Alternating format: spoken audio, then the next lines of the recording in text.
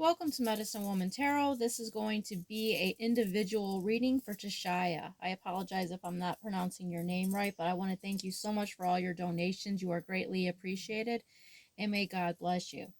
All right, if the video clicks off during the reading, as you know, I will always make the other halves to the video. And we're going to start off with a prayer. Father God, in the name of your Son, Jesus Christ, help me to give a clear and accurate reading for Tashya in answering her questions. Okay.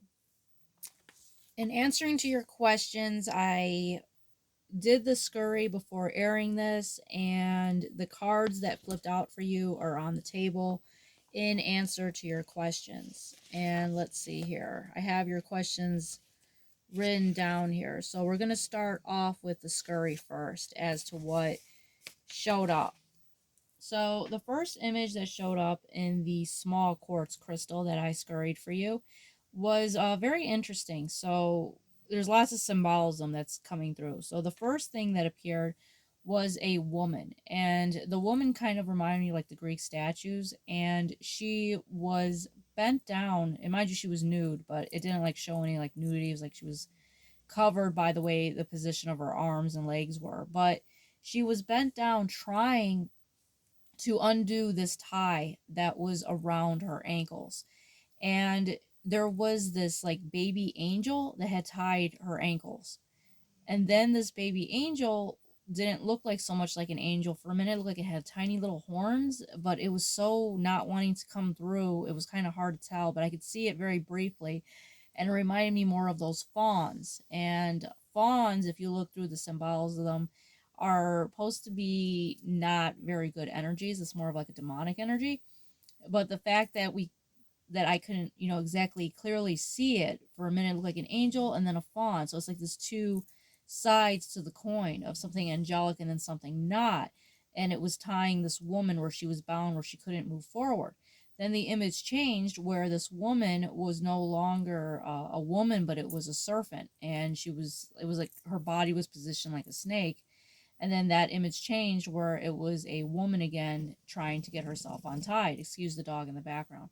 So my first instinct of how this is like trying to come through here in the crystal is that you are somehow in a position of where you can't move forward, and it's like tied, and it's almost like this. At some part it feels like it's angelic that you're bound there, but then at the same time on the flip side it's showing like this demonic energy holding you there.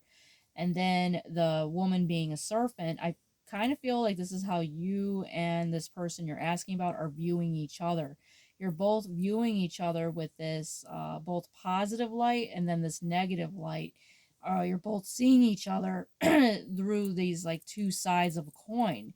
And I think that's what's causing like a stagnation here and these like mixed energies. Now, the first card to flip out for this pile is your first question. So let me look back here. Your first question. Okay, this is if this individual has someone else in their life. And to that question here with the Eight of Cups, these are the cards I flipped out. I will make the second half of the video.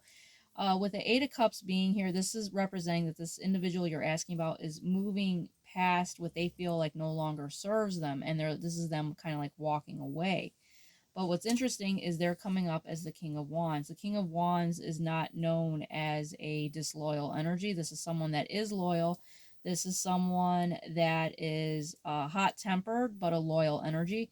The King of Wands is it's a trusting card. It's coming out as the King of Wands. So that's a positive card of loyalty, someone that you could trust.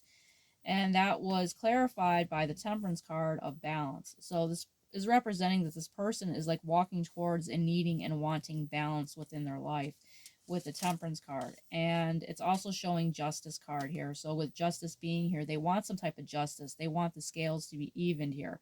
And that's what they're moving towards, is justice. And the next card to flip out is a Knight of Wands. They are in the Knight of Wands energy, which is like a wounded warrior. They feel wounded about something here with a wounded warrior, something they've gone through. And it's putting them the Eight of Swords energy where they're like trapped in this mental prison. And it seems like they're in some type of like mental block. But we'll get into this in the